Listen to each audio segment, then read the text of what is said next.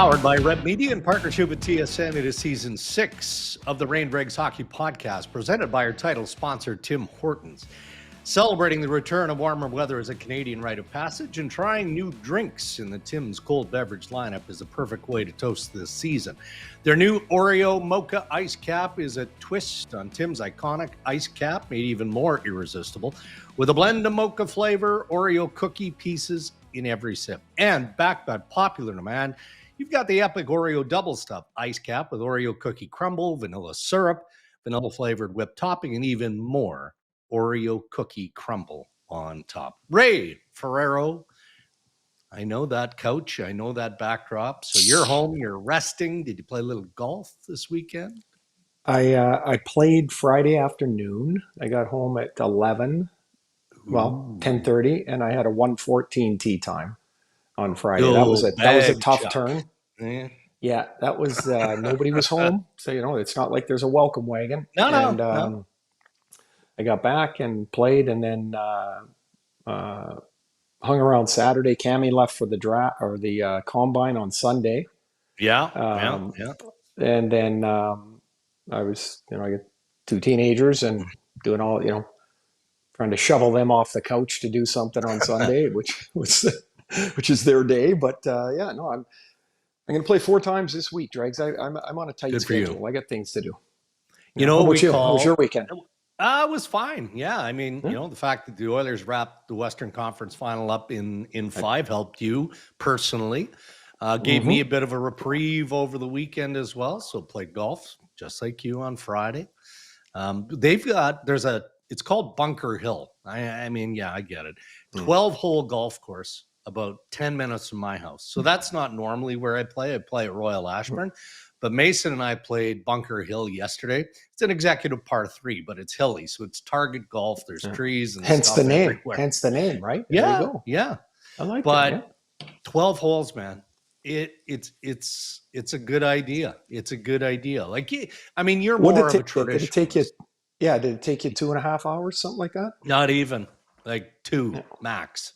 Yeah. See, the fact that you went, so you and Mason had some time and you went and did that. I think anything that engages people to try is a great idea. And so I'm a traditionalist, and in the summer I got time to go play all the time. So I probably wouldn't get there very much. But who cares about me? That's not what it's for, right? It's like I think too often we hang on to even in our sport, you hang on to things that were done 50 years ago. That's great, super fantastic. History is important and all that, but it's about finding new people to be involved, be engaged. You should never be scared of it. You mentioned Cammy and the Vancouver Canucks headed to the NHL Combine in Buffalo. We have a name for the Combine now. You know what it's called? Oh, I can't even imagine. Oh, Tamperfest. I like it. I'm not implying that Cammy participates in said discussion. No, I will tell you, the people that are there for the combine themselves, they're basically, they watch the kids work out, but basically they're there for 30 to 40 interviews over the next 3 days. Yeah. It's like they're on a conveyor belt. In comes one kid, in comes the next. And that's what she's there for. That's what Todd Harvey, the head of amateur scouting's there for. That's what their crew's there. I mean, they don't have anything to do with the team. That's another department from another office. Yeah. So I'm grabbing some groceries yesterday at the local Longo store, and I'm standing in front of the butcher, the meat department and whatever. This guy looks at me and recognizes me, and we have a real brief conversation, and then he goes, "You know what?" He goes, "I've just finally decided I'm changing my will, and I'm putting the Toronto Maple Leafs in my will." I'm like, "Pardon? Like what? Like, why would you do that?" And he goes, "Simple. So when I die, 6 of them can be my pallbearers and can let me down one final time. That's really pretty funny. That's funny. Like he set me up so perfectly, you know. He's been working on that one, eh? He's been working on that one for a while. Yeah. I said, buddy, I apologize. I should have gotten his name and I didn't. Like I'm stealing that. But Yeah. so the guy I who's obviously a diehard Leafs fan at the meat counter at Longo's, well played, my friend. That was top shelf. I've taken to this new tact. When it happened a couple of times yesterday, I too was grocery shopping since there was not much in the supply department. And twice I got asked yesterday, do I think the Oilers have a chance? And I said no both times. And they just stopped dead. Like, they're like, what do you mean? I go, no, I don't know. How would I know? I'm in a grocery store. And then I just kept on going. I found it was a really, I didn't have a lot of time. It was not a time to discuss the power play and the penalty killing. So they're like, Yeah. do you think they can win? No. And then I just kept, they're like, what do you mean? Now they're 10 feet away. And I'm like, well, I don't know if they can win. I'm trying to get some cheese and milk and stuff. Like, I don't know. Yeah, but you know what? It's fair, and the people who are watching or listening to this maybe don't fully understand. Like, look, when I meet my buddies at the local pub, right, Sunday afternoon to watch golf or whatever, have a couple of pints, you expect it in that environment, right? You're sitting in a sports-driven environment. They want to talk about the Oilers and the Florida Panthers. Okay, well, that you give them the time you have, and a way, you know, because you expect it.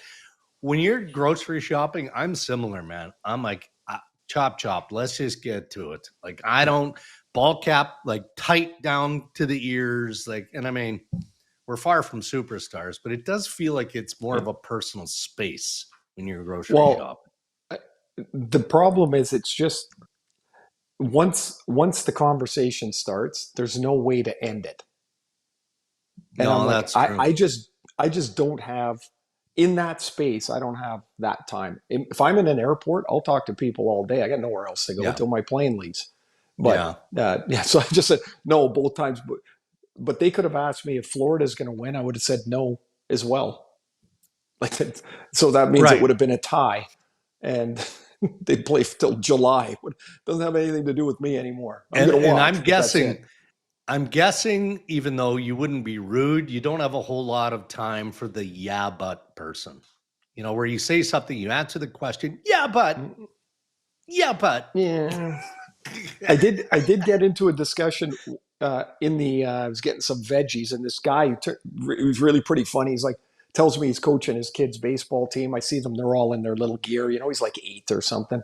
And I go, how's the season going? He goes, not very good. We haven't won a game yet. It's the spring season. He goes, you got any advice? I go, yeah.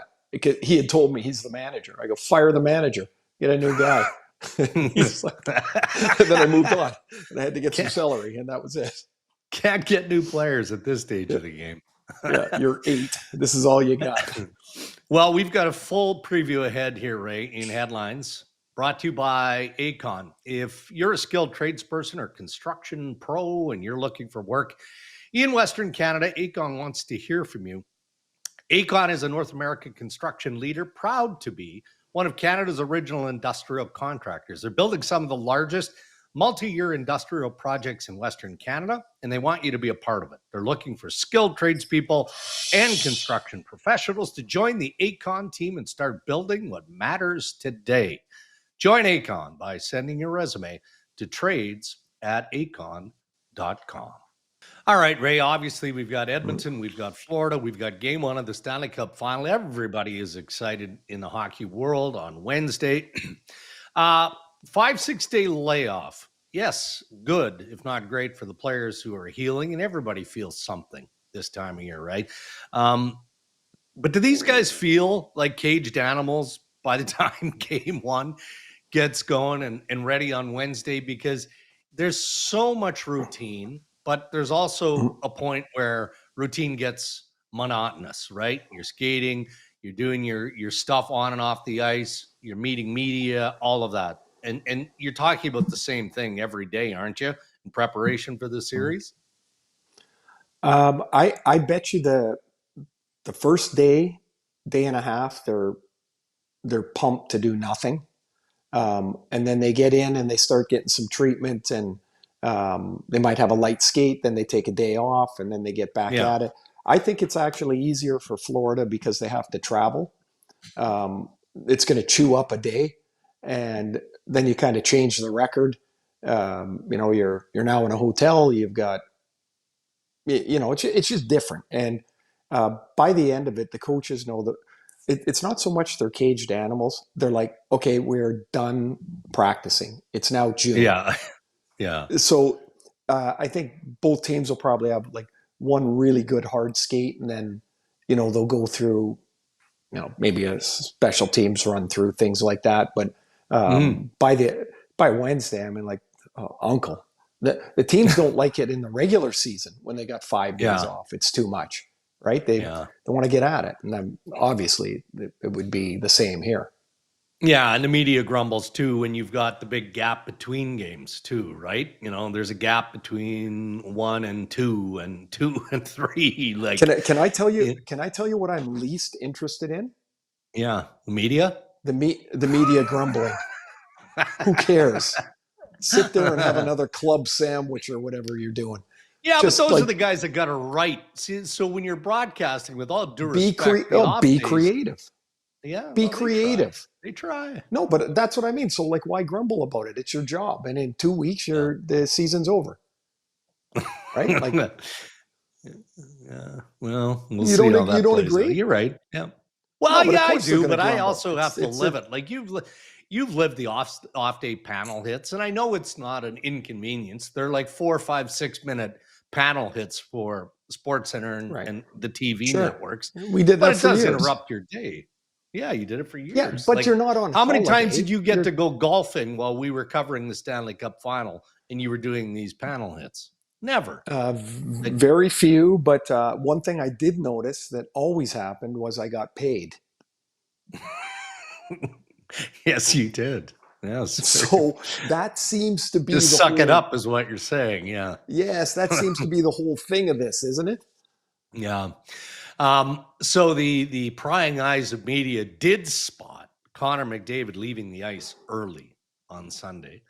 Right. Something minor, which is great news for Oilers fans. He's set. He's good to go. Not going to be a problem, regardless what happens today being Monday, what happens tomorrow being Tuesday. He will be good to go for Monday. So in the bigger picture, Ray, based on what you've seen, and you've seen a lot from Connor McDavid in this postseason push to get to the Stanley Cup Final, how has he seized the moment overall for you? Bounce back situations, we've seen that burst, we've seen the goals, but just overall, is there a different feel, if that makes any sense, around McDavid to this point as compared to maybe last year? Yeah, and there is for me anyway. But I just did their last series, so I saw, and it's impossible for me to just look at McDavid without tying Draisaitl there. I mean, they're two of the best players in the game. Connor's, of course, Yeah. at that other level Yeah. that nobody else can get to. But in both of them, it feels like they've just settled. Like the anxiousness and the angst and the pressure and all that I think they wore it more last year. They're more, I would say, they're more along the lines of like what I'll say Tkachuk is like now. Because if you remember, there was a time not very long ago, Matthew Tkachuk was taking 100 penalty minutes a year. He doesn't do Yeah. that anymore. He's kind of settled, Yeah. right? He knows what he is. He knows how to play in these moments better than he did when he'd never been there. And I think the same thing applies to McDavid and Draisaitl. They seem in that series, they just seemed settled. Even when things got a little hairy a bit, they were just like, they just plow forward. And then their obvious talents are, that takes over. And when they need them to score or create something, like when, the game's 3-2 the other night, the game I'm doing in Dallas, game 5, and that shot gets deflected, and it's like, it's a big moment. And like I said it in the broadcast, I went, oh, look out. And like the puck bounced to center, and it's like he's in another world. Like, if you think of that skating race, he had to turn to get to the puck, and Hintz is already going forward, and Hintz can really go. Like, Hintz is a fast skater. He was flying. And, yeah. And you're like, he's not, I could see like the first stride away, like he's not going to catch him. I mean, it was right in front of me. That's one of the coolest parts of being in that spot. And I'm like, oh my God, he's gone. Like they're not going to catch him. And he still had 100 feet to go. Yeah. Because he's not going to slow down. So I would say that's all. That's all what I see. Like just the ability is, we don't even have to talk about that. It's just he's settled. He's like, yeah. They're last year, I think they were probably like incredibly excited. And not that they're not this year, they just have another gear that they understand how to get to. So that to me is more than anything. And maybe an acceptance that we deserve to be here. Right? We deserve to be here. Going through what we went through last year, how hard it is to get back, we're back. And nobody's going to convince the Edmonton Oilers that they're less of a team or their chances are less against the defending Stanley Cup champions going in. But and you're right to include Leon Draisaitl in part of the big picture of Connor McDavid. And maybe it's just simple as being in better health, right? Leon looks like he's stronger, more engaged, all of that. More so now than what we saw a year ago. And maybe that was just health too, right? Well, they both of them, it seems like, this could be a stupid thing to say, but if you can take Zach Hyman out of the equation, both teams are incredibly healthy. Right. It doesn't feel like there's a bunch of guys limping around. Remember, Evander Kane couldn't even move last year. McDavid and Draisaitl were banged up. The Panthers had 4 or 5 guys that were just hanging on by a thread. And this year it feels like the teams are much more healthy, although I do think Zach Hyman is going to be a major loss in this series. Because in one game against a team that's not as anywhere near as physical, they might not notice Hyman quite as much. But we know if you're going to beat Florida, you've got to slug it out in the trenches a bit. And that's kind of where Zach is. I mean, that's where he's gold, right? And I hate it when I see guys get hurt. I mean, I was hurt several times in my career, and it sucks. To get hurt at this time of the year is brutal. It's just it's a brutal thing. Well, especially when you reflect back on the soundbite that everybody has been leaning on, right? And that was at the conclusion of last year. And Hyman, who is clearly a leader in that room, is saying emphatically, emotionally, we are going to be back. I promise you. And here they are. They're back. And knowing the character of Hyman, sure, he's going to be their biggest cheerleader.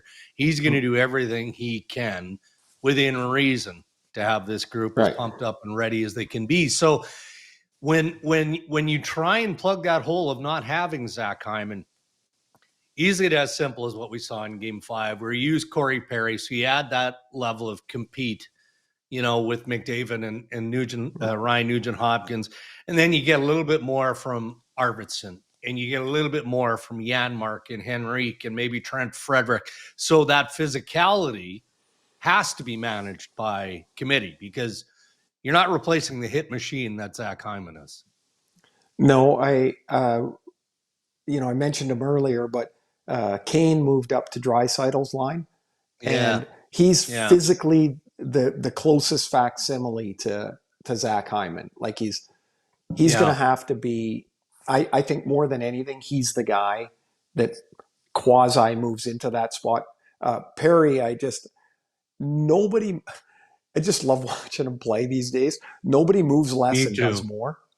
Yeah. Like, he doesn't go where he doesn't have to go. He's like, too far over there. I'm not going over there. I'm going to wait here. And then he's into play again. Like, he's so smart. And he just kind of like, this is what he does. I think from an Edmonton standpoint, Trent Frederick has not been anywhere near what they expected him to be.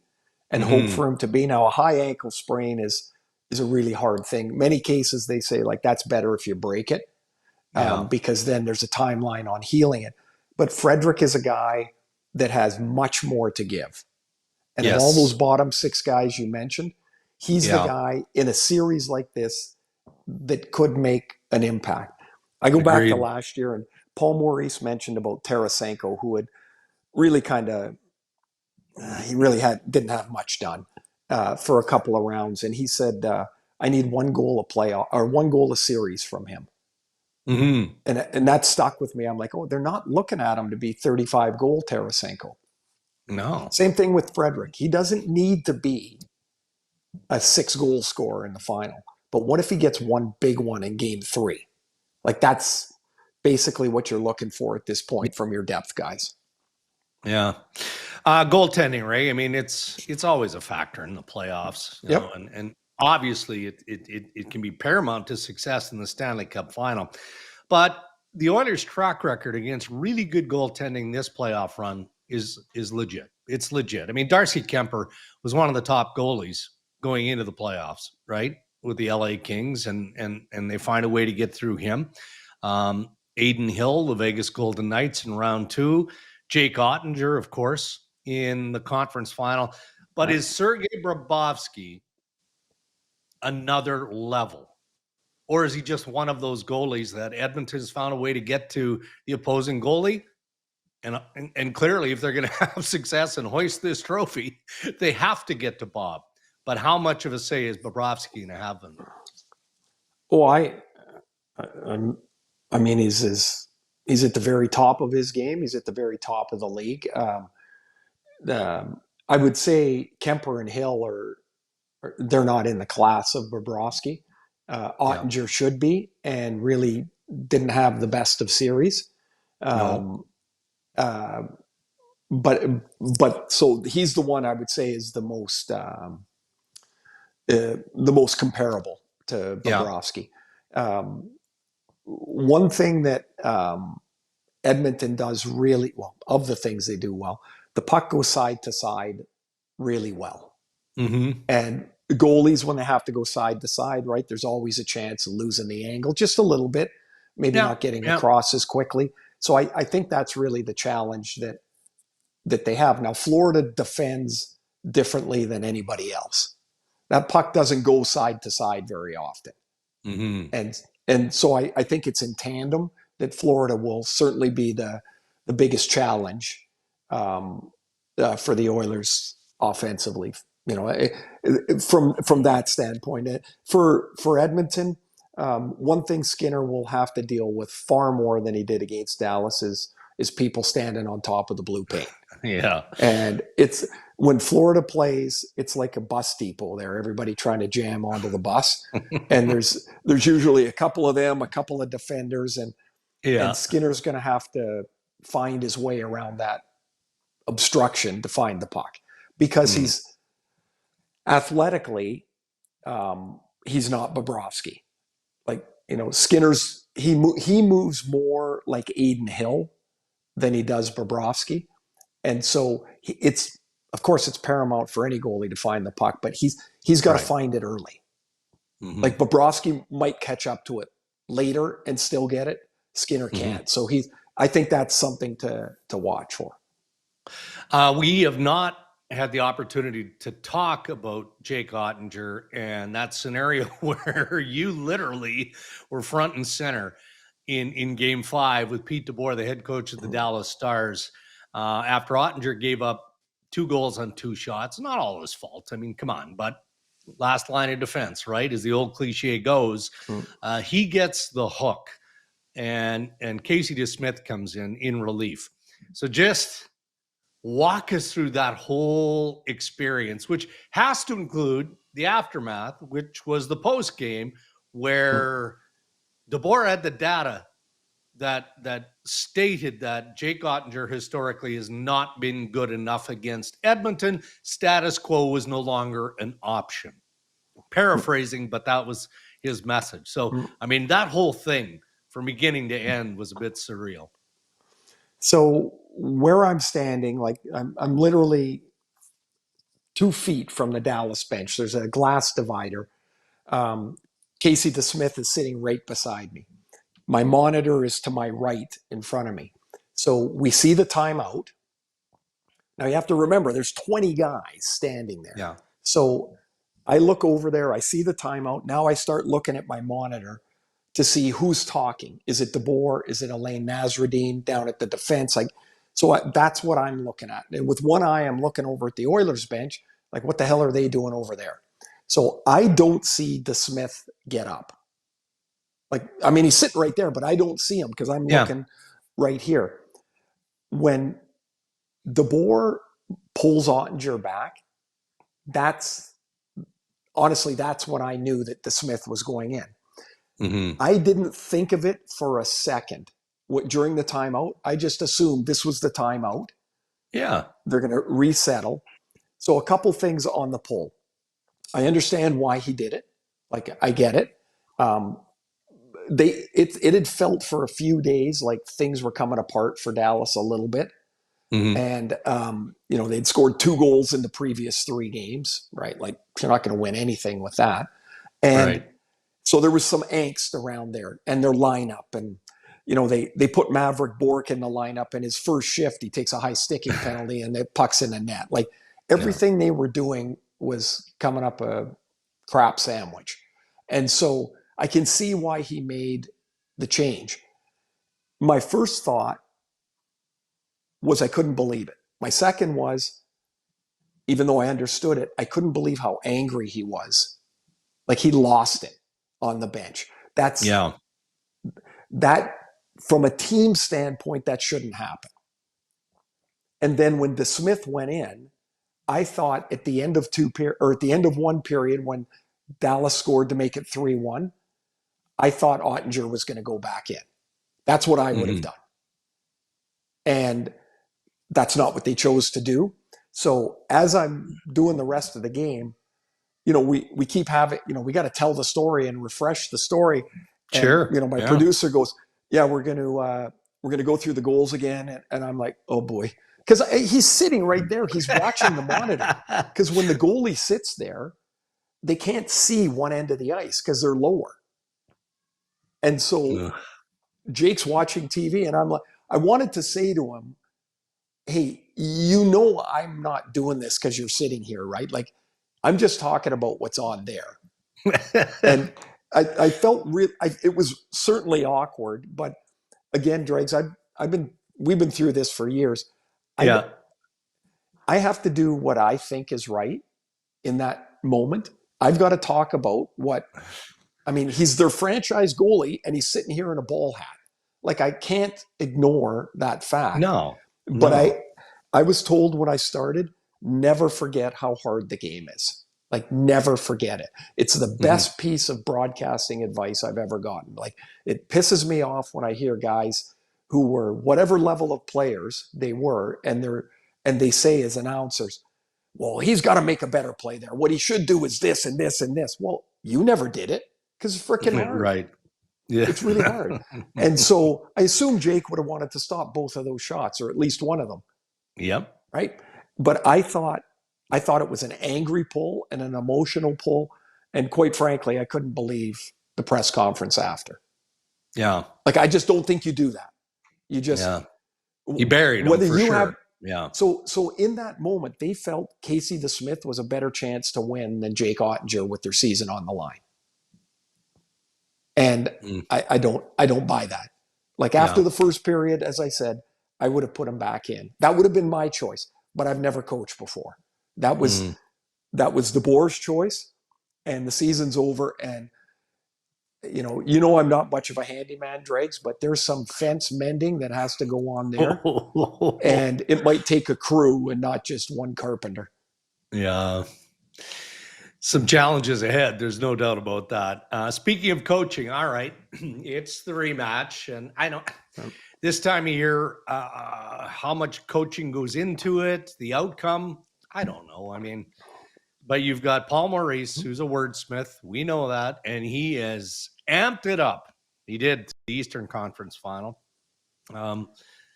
He's turning into a sage, isn't he? He he likes to get the Yeah. the way to do it. He should have one of those bracelets. WWPMD. What would Paul Maurice do? And then he could hand them out. Wow. Well, I mean, that's what he's doing every press conference. Like, I'm learning more things about things from Yeah. conferences I ever never thought I'd know. So win or lose, does he shake hands? Is he in the handshake line? Yes, it does. I did enjoy, like, sometimes the internet is funny, right? We do know Yeah. that. When he went through that thing with Rod Brindamore about no handshake and all that, I got a laugh out of all the images of him shaking hands the year before and Yeah. offering words of advice and wisdom or condolences Yeah. or whatever it was, but in there. And I'm like, it was fine then. I get why they don't think the coaches should be in there. I think they're wrong. I think they should be in there. But anyway, I'm enjoying it. Yeah. So And that's the you know whole what? point. I appreciate the demeanor of Chris Knoblauch. He seems like a very even keeled dude, right? And I mean, he reminds me a little bit about Jim Montgomery in terms of his approach in game.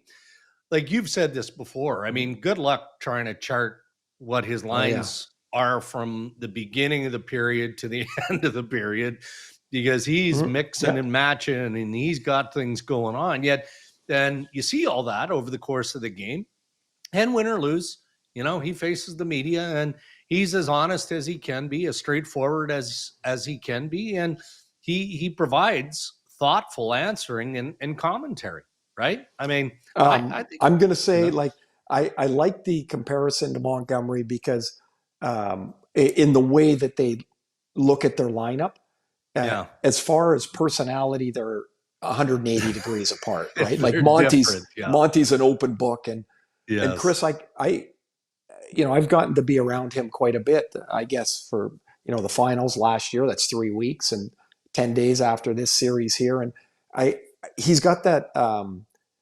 And this is not, the farmers will know what I mean. He's got farmer wisdom to him. Yeah. He really does. This is the job. We need to do it. This is how I think we need to do it. Oh, that didn't work. Well, let's make an adjustment. Like, he just plows forward. I really like him. Now, he's got an excellent staff too. Glenn really Gullickson's strong. a really good coach. And I'm surprised when all these names pop up for jobs around that his name, I don't read it much. Now, maybe because he's still coaching and that's why, but like, I think he should be, in his name should be out there in that I agree. realm. Paul Coffey, that, like, he's just like so blunt and direct and smart. Like, I think I always, before I, met him a little bit, I always thought he was just this uber talented player that did whatever he wanted and nobody could skate like him. And then you talk to him and you're like, oh, that's not it. Like, what he does with the defense, they don't even keep the same defense pairs. No. Like, which is, they're both staffs really manipulate their lineups really well. Like, and now they've already had 7 games coaching against each other from a year ago. So I'm really interested to see, like, Florida's third line is going to be a problem for Edmonton. Like, like Lundell, Marchand is like, that's a really good line and it's a problem. And so if the top 2 lines kind of cancel each other out a little bit, is that the deciding factor? And so, the Oilers will have to work around that. And, and Florida will look for how to take advantage with that line. Like, it's a really cool subplot, I guess, to 2 teams that aren't very far apart. I mean, whoever you think is going to win, it's not by a lot. Right. Okay. Well, why don't we wrap up headlines with home ice? How much of a factor is it going into this Stanley Cup final, or non-factor, because Florida looks like they do okay on the road? The Florida Panthers know how to win on the road. They do. This is where having 2 centers like Florida does, or the Oilers for that matter, why it matters so much. It's not when you're at home. It's when you get on the road and the other team controls the matchups. they're kind of okay. They'll figure out how to play because their top 4 centers in this series can do that. And again, I get to the third center, and you've got Henrique and you've got Lundell. And these are smart players. Yeah. Like, they're clever players. And if they get out there, if they get stuck out there against the big boys, they know how to play. And so that's a very valuable position to have. So the road, I don't think matters too much. I mean, sure, it's nice to play at home. Of course it is. It's awesome to have your fans cheer, and support you. But I think both teams can win on the road rather easily. Do you have an X factor? I mean, for me, frankly, one player comes to mind, and it's Evan Bouchard. And the X factor might go both ways, even though he's settled down. He really, truly has. You know, from early in the playoffs, you know, midpoint of the LA series, he's been terrific. And I feel like he's got something left in this. There's more say. So if I were going with the Oil, that's where I'd look. But what's the X factor? It's funny you brought. Well, I think it's the third line. I really do.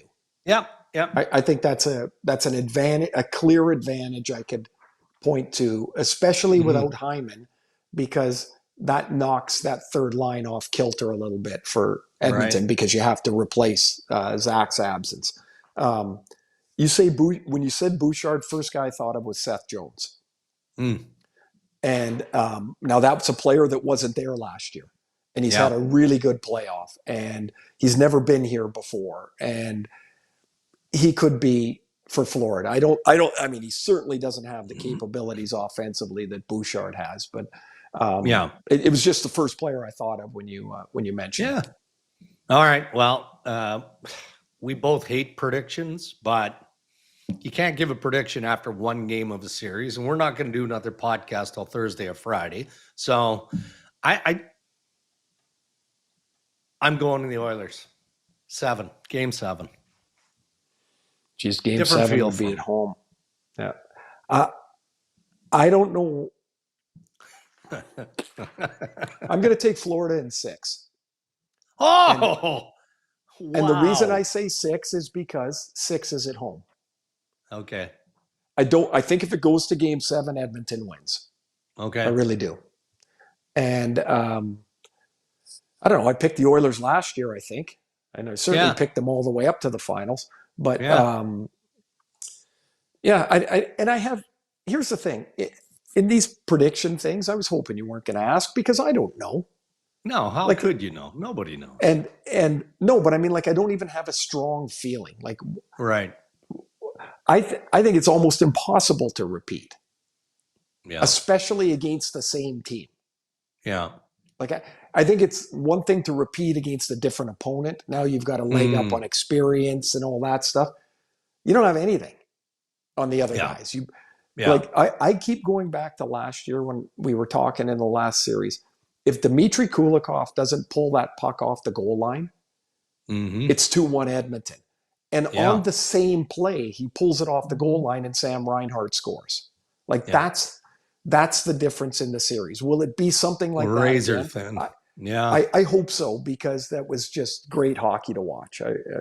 I hope the series is every bit as good as last year. Yeah. Do you like those 5:00 Pacific starts? That's perfect for you, isn't it? You get your golf in 8:00 Eastern. Yeah, that's fine. I'm good with that. We do the hot zones and everything else from studio. I don't get home till like 12:30. That's fine. It's better than a. See, here you are again talking about what. It's me. Nobody cares what you have to do. No. Do you get that yet? Yeah, but nobody cares what we have to do.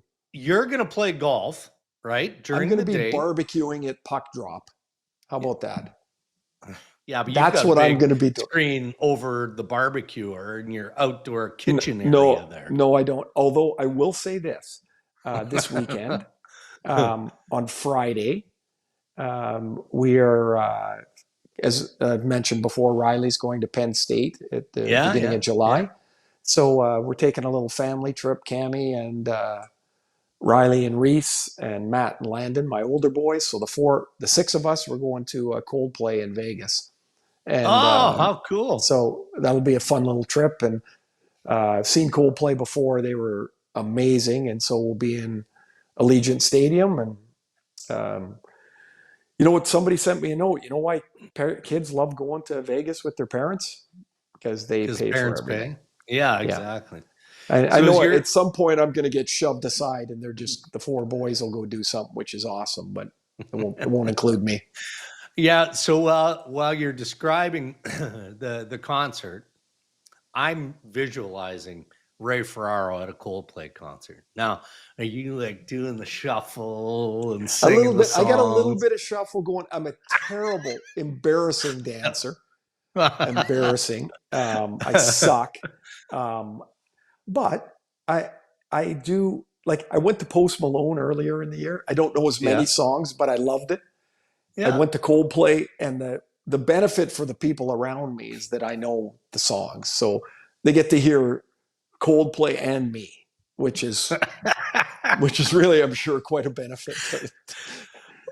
So I get that grief all the time in the car with Holly because, you know, a song will come on the radio that we both like, and I'll be singing along, and she'll stop it. Okay, I want to listen to them, right? Please stop this. And especially when you think you sound good, like you're so in it, and you think that you sound good. She's like, "What? Like you're terrible. Just stop that." I'm like, "This is my range right here. This is it." It's a pretty small range, I'll tell you. It's pretty small, but awesome. But yeah, so we're doing that on the weekend. But so are we knocking this out Thursday? Is that what we're doing? Yeah, I think so. Well, you know, your travel flexibility is more open. I think we can. Yeah, it's Thursday or Friday. It has to depend on. Quite frankly, it's going to depend on my golf schedule Thursday. That's fine. We're flexible. You know, our man Zuby is he's ready to go at a moment's notice. Zuby always holds it together. Rashog, on the other hand. Yeah.